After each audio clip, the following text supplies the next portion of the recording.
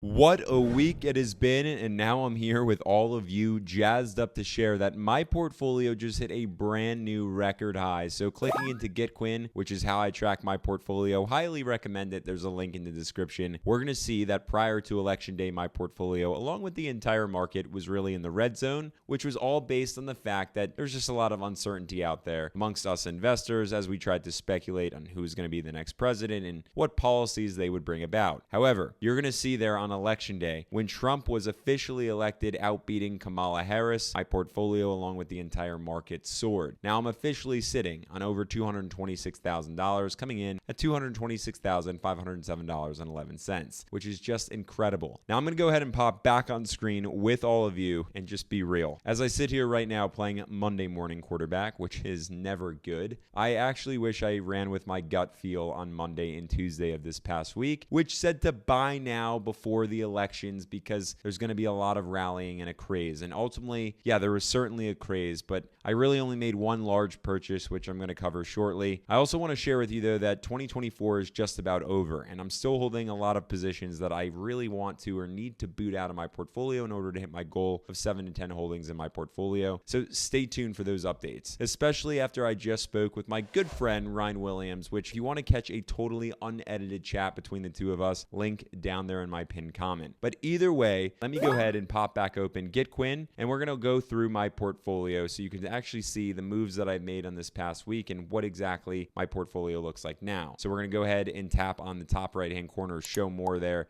get a complete breakdown of my portfolio. We can see that I am currently ETF heavy with over 44% of my portfolio in funds that really break down into three right now in particular, but I want to cover that in a hot second. We're going to work our way over to the next chunk of 42% of my portfolio in individual stocks. And then we have quite a large cash position here coming in at $28,000, which if you recall from about 2 weeks back, that was over $32,000. So I've certainly been buying and quite aggressively on one of my stocks in focus. Again, we're going to cover that in a hot second. Now, sector-wise, I'm heavily invested into the tech sector with over 50% of my portfolio in this sector because, well, I'm young, but also a believer in tech and our future and tech orientation. So all of that being said, I have time to spare in the market and capture more growth. That's certainly what I want to take advantage of. Then we have this other chunk of change, which is my cash position. So we're going to jump right over that to the consumer discretionary sector here, which weights in at about 9.7% of my portfolio, followed by healthcare, which has been a growing sector in my portfolio as of these last 2 weeks, coming in at 8.9% of my portfolio. And then we're going to tap into consumer staples at 3%, financials under 3%, real estate, which works out to 2.9% of my portfolio, then slivers of utilities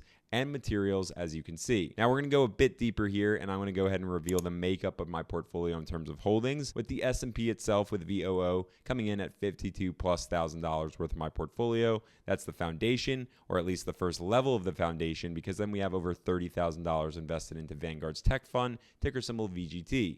Now that grants me exposure to all the growth-oriented companies without any of the risk or really the necessity to research tech stocks that I don't have interest in, but are powerful nonetheless. From there, we have a shrinking cash position, as I said, dollar cost averaging with the cash into certain positions, followed by Apple, the largest individual holding in my portfolio, totaling out to $26,000. And then we have Alphabet, which is a stock that I'm incredibly bullish on. It's almost neck and neck with Apple at nearly $23,000. From there, I have an investment really with the entire market with Vanguard's total stock market fund, ticker symbol VTI, which really may get the boot in due time, but it doesn't really pose any real risk to my portfolio, so I'm not sweating it right now. And finally, one of my stocks in focus, United Health, which I would like to aggressively grow to over 100 shares in 2025, 10 shares right now, totaling out to almost $12,000. Another stock in focus here is Visa. Then we have Realty Income, which comes in at 2.9% of my portfolio's weight and has recently found itself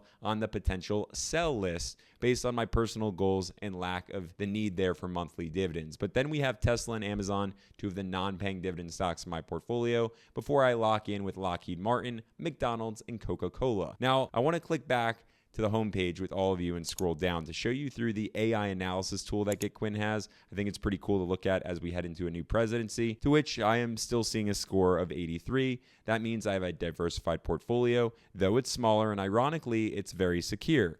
Again, even though it's smaller with just 13 holdings, and I'm enjoying minimum fees. But then we get this score of a 5 out of 10 when it comes to macroeconomics, which is quite interesting because we can see some of the concerns here on the right-hand side of the page impacting the portfolio, interest rates and U.S. economic policy, both of which we always talk about, though I'm not concerned because I'm a long-term investor. Now, yes, I have a lot of tech in my portfolio, which is actually going to be the part where it's impacted by the interest rates coming down and also policy changing. Again, though, I'm not nearing retirement, so not sweating it. Jumping back on with all of you, I do want to share that I wasn't the biggest buyer, as I shared earlier on in the video this past week because of heavy volatility or the craze, which we certainly saw. But again, playing Monday morning quarterback, I'm just saying, wow, Ari, you messed up. I did go hard on one stock, and that was United Health. And I brought in another 5 shares to stack up my share count there to 10 shares worth of United Health. It is a healthcare provider. Trump is very likely to have all the antitrust lawsuit cases dropped against a lot of these big businesses. So as the DOJ has been going after a lot of them, we can expect that they're going to get some nice pops. United Health already did on election day. As we can see, it jumped from roughly $566 per share to over $600 per share.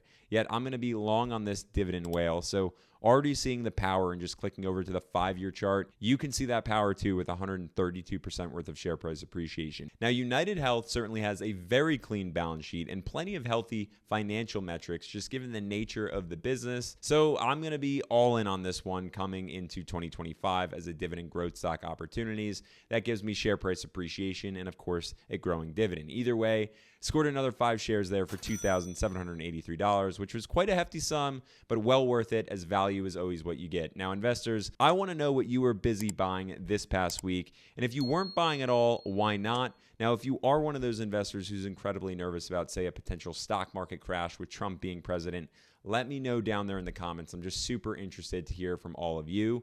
Either way, also check out this video right here if you're interested in knowing which stocks I'm bullish on for 2025, despite who is going to be president. That's an interesting video, but subscribe to the channel, be a part of this journey, and of course, I will catch you all in the next one.